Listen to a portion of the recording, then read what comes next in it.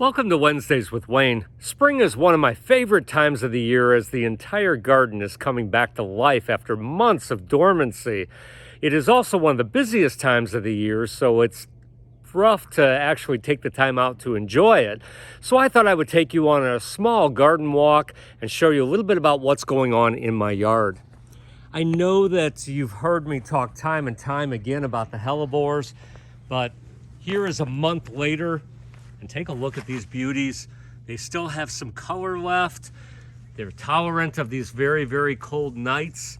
And they look just as good as when they came out, actually. So another plant I really like are these palmanarias. Palmanarias have this great variegated foliage, a good shade or semi-sun plant, and these very colorful, either blue or pink flowers or combinations thereof.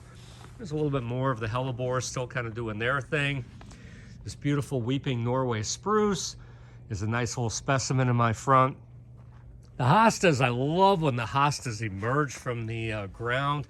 You see all these great colorful foliages.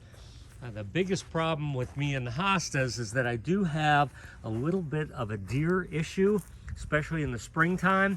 But this year I've been able to stay on top of it. And I use my liquid fence, deer and rabbit repellent, and I've been very diligent about making sure that I kept it on. And so usually when the leaves emerge, the deer are eating them, but this year I've managed to keep them off. And you see all this beautiful foliages coming up from all the collection of hostas, and some of these coming just right out of the ground. Again, such a great time of the year. Look at this gorgeous yellow leaf bleeding heart. It is just more of a spring and early summer plant, and that foliage will die back. Here's some variegated Solomon seal just coming out of the ground. Again, almost all the plants I'm showing you right now are shade or semi-shade. Here's some astilbes coming out of the ground with this beautiful red foliage to them. So this garden is looking really good. This happens to be Sun King Aurelia just emerging. And again, it's just beautiful how this stuff emerges out of the ground and just peeks its way through the mulch. This is Semicifuga, or sometimes called Actea, black negligee, bugbane. Again, this is a really nice shade garden.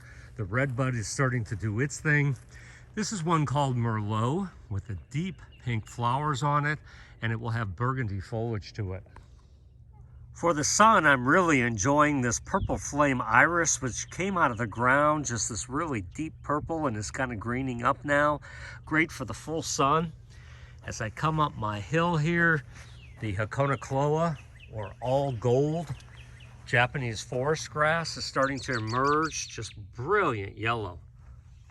The roses have been trimmed back through here. These are Oh So Easy roses, and they'll start to do their thing in another month or so. May into June, basically, the roses will be looking so good. Down by my lake bed, I have a collection of coral bells. Although they look like they're fairly spaced out, they will fill in over the next few months. And again, I'm trying to keep the deer off of them because that is a delicacy to them. You see the sedums kind of popping up here along the stairwell, along the boulders and outcroppings. There's a few sedums starting to come up here, a dark colored one there. The daylilies are starting to emerge, and this is a beautiful plant, this one called Ansonia Stormcloud, and it started off with black stems and has covered itself with these blue flowers that'll open up in the next couple weeks. So thank you for joining Wednesdays with Wayne, sponsored by Niemeyer's Landscape Supply. And remember, beautiful landscapes start here.